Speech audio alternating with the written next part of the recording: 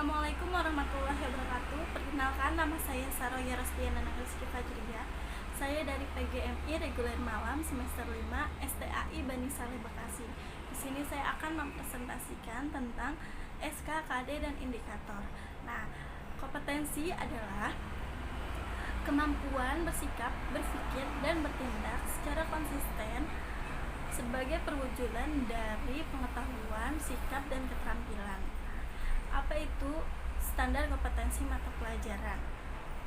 Standar kompetensi mata pelajaran yaitu deskripsi pengetahuan, keterampilan, sikap yang harus dikuasai setelah siswa mempelajari mata pelajaran tertentu dan pada jenjang tertentu pula.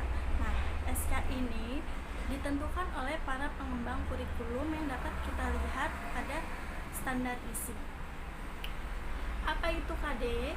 KD itu kompetensi dasar. Kompetensi dasar yaitu pengetahuan, keterampilan, dan sikap minimal yang harus dicapai oleh siswa untuk menunjukkan bahwa siswa tersebut telah mencapai standar kompetensi yang telah ditetapkan. Nah, KD tersebut adalah penjabaran dari standar kompetensi. Langkah-langkah menyusun KD. Yang pertama, menjabarkan kompetensi. Yang dimaksud dengan bertanya, misal kemampuan apa saja yang harus dimiliki siswa agar dapat dicapai. Nah, jawaban dan pertanyaan tersebut kemudian didaftarkan, baik yang menyangkut pengetahuan, sikap, keterampilan. Nah, yang kedua, tuliskan rumus KD-nya. Nah, di sini saya tampilkan standar kompetensi dan kompetensi dasar Kurdis jenjang MI. Ya, selanjutnya yaitu indikator. Apa itu indikator? Indikator yaitu penanda pencapaian KD yang ditandai oleh perubahan perilaku yang dapat diukur yang mencakup sikap, pengetahuan, dan keterampilan.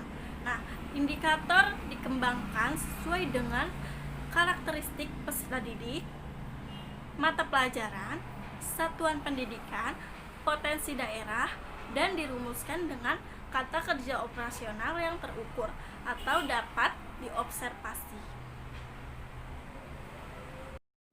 Kata kerja operasional yang dijabarkan dalam indikator ada 3, yaitu yang pertama, kognitif. Kognitif meliputi pengetahuan, pemahaman, penerapan, analisis, sintesis, dan evaluasi.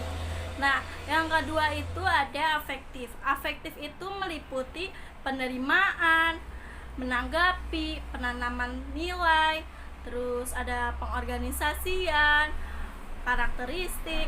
Nah, yang ketiga itu ada psikomotorik. Psikomotorik itu meliputi pengamatan, peniruan, lalu pembiasaan, penyesuaian. Dalam perumusan indikator perlu diperhatikan beberapa ketentuan. Di antaranya yang pertama, setiap KD dikembangkan sekurang-kurangnya menjadi 2 indikator.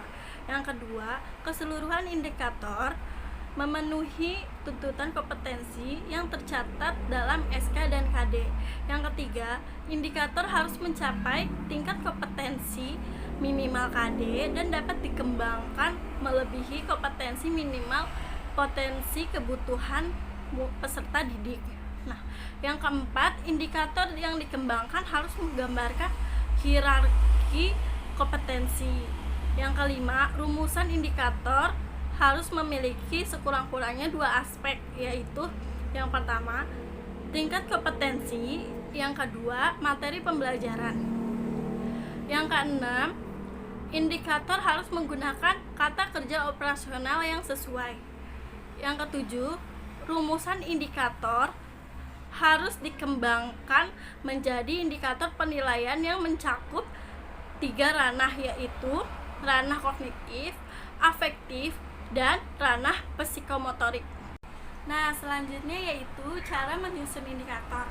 Yang pertama yaitu mengkaji KD untuk mengidentifikasi indikator dan rumusan indikator yang telah relevan tanpa melalui urutan terlebih dahulu. Nah, yang kedua yaitu kajilah indikator yang telah mempresentasikan KD-nya atau belum. Nah, jikalau belum, silakan analisis lebih lanjut. Nah, yang ketiga itu ada tambahkan indikator lain. Nah, sekian ya dari saya. Terima kasih. Wassalamualaikum warahmatullahi wabarakatuh.